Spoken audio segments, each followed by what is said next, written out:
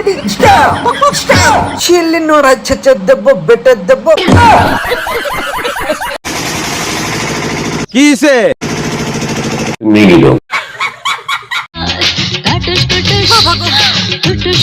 তো hey guys আমি আয়া বসছি। Hey guys welcome to back to my channel. তো আজকে ভিডিওটা পুরো অন্যরকম হতে চলেছে। ভিডিও থাম্বনেল আর টাইটেল থেকে তো বুঝেই নিয়েছো কি হতে চলেছে। তো ভিডিওটা বিনোদনের জন্য বানানো হচ্ছে, তাও কাউকে ব্যক্তিগতভাবে আঘাত করার জন্য নয়। তো আজকে ভিডিওটা সবাই দেখতে পারো। তা চলো শুরু করি।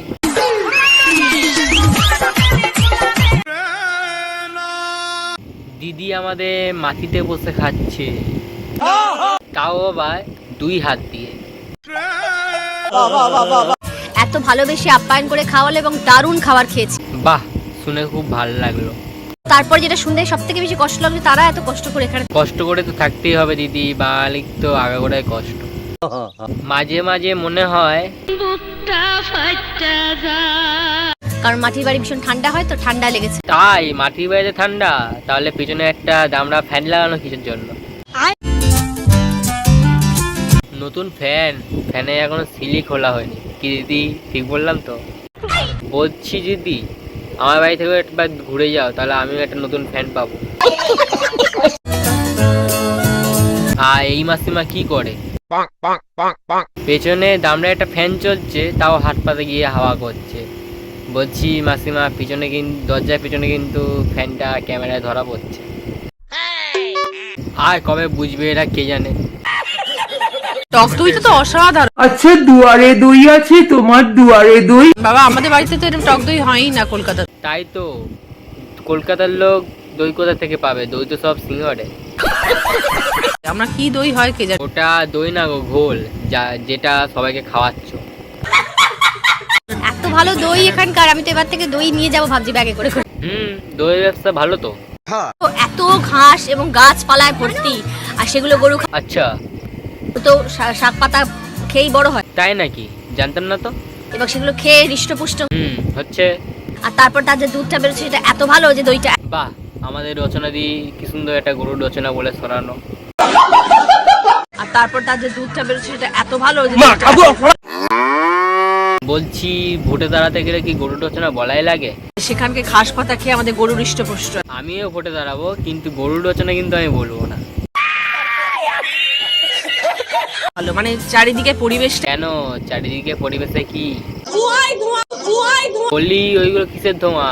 গ্যাস ধোঁয়া নাকি বিড়ির ধোঁয়া নাকি তোমার টানা সেই হুকোর ধোঁয়া? ঘরটা পুরো ধোঁয়া ধোঁয়া হয়ে গেছে। কে বাড়া হুকো ধরিয়েছে রে? আরে দিদি আবার ঘুমটা দিয়ে হুকো খায়।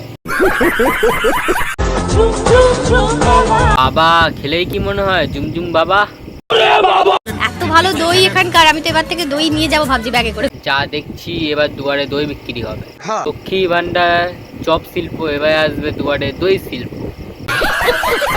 বলছি দুয়ারে দই হবে গো, দই। আচ্ছা দুয়ারে দই আছে তোমার দুয়ারে দই? টক দই তো অসাধারণ। এই পচা, এক হাঁড়ি টক দই নিয়ে আয়। চিমনি থেকে শুধু ধোঁয়াই ধোঁয়া। বুঝলাম, হুগলিতেও ধোঁয়া হয়। সিগারেটের ধোঁয়া না। সিগারেট বিড়ির ধোঁয়া তো আমরা চিনি, এটা তো অন্য ধোঁয়া। কারখানা তো হচ্ছে আরো কলকারখানা হবে কি জানি না, সামনে ভোট, খেলা হবে। পশ্চিম বাংলার যে মানচিত্রটা, কি ওটা রাখবা না নাকি? হুগলি জেলা যাতে সবথেকে উপরে থাকে সেটা রচনা বন্দ্যোপাধ্যায়ের চেষ্টা। এ হাততালি। এ কেরে কেরে কেরে কেরে। সেই চেষ্টার সাথে আপনারা সবাই সাথ থাকুন। একদম একদম, আমরা তোমার সাথে আছি। শুধু সাথে কেন, পাশেও আছি। প্রচারে বেরোনোর সময় সানস্ক্রিন মেখে নেবো। সানস্ক্রিন লাগাচ্ছি আর একটু মেকআপও করছি। একদম একদম, শুধু ভোটে প্রচার করলে তো হবে, 2 নাম্বার ওয়ানটা তো চালাতে হবে নাকি? আমি ভেবেছিলাম যখন রাজনীতিতে আসছি, প্রচারে যাবো, মেকআপ টেকআপ করতে হবে। তাই হয় দিদি, রাজনীতি হলো দুনিয়ার সব থেকে নোংরা জিনিস। কিছু করার নেই দিদি, ভোটে কিন্তু জিততে হবে। গরমে সব থেকে আগে দই খাবে। আমারও মাথা খারাপ হয়ে যাচ্ছে গরমে দিদির মতন।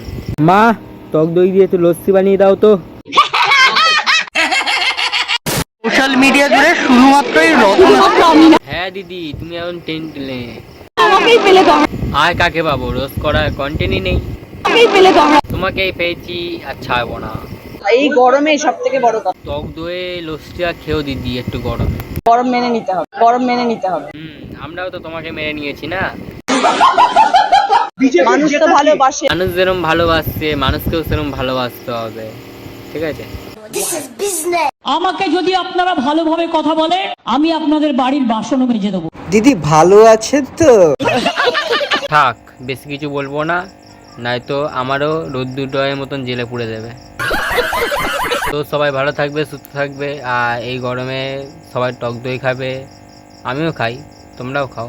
টক দইটা তো অসাধারণ। তো আজকে ভিডিওটা কেমন লাগলো কমেন্ট করে জানাও, আর ভালো লাগলে বেশি বেশি করে শেয়ার করে দাও, ঠিক আছে? আদরে দিদিকেও কিন্তু একটু টক দই খাওয়া উচিত। আমি বাইরের মেয়ে, আমি বলার মুখ্যমন্ত্রী।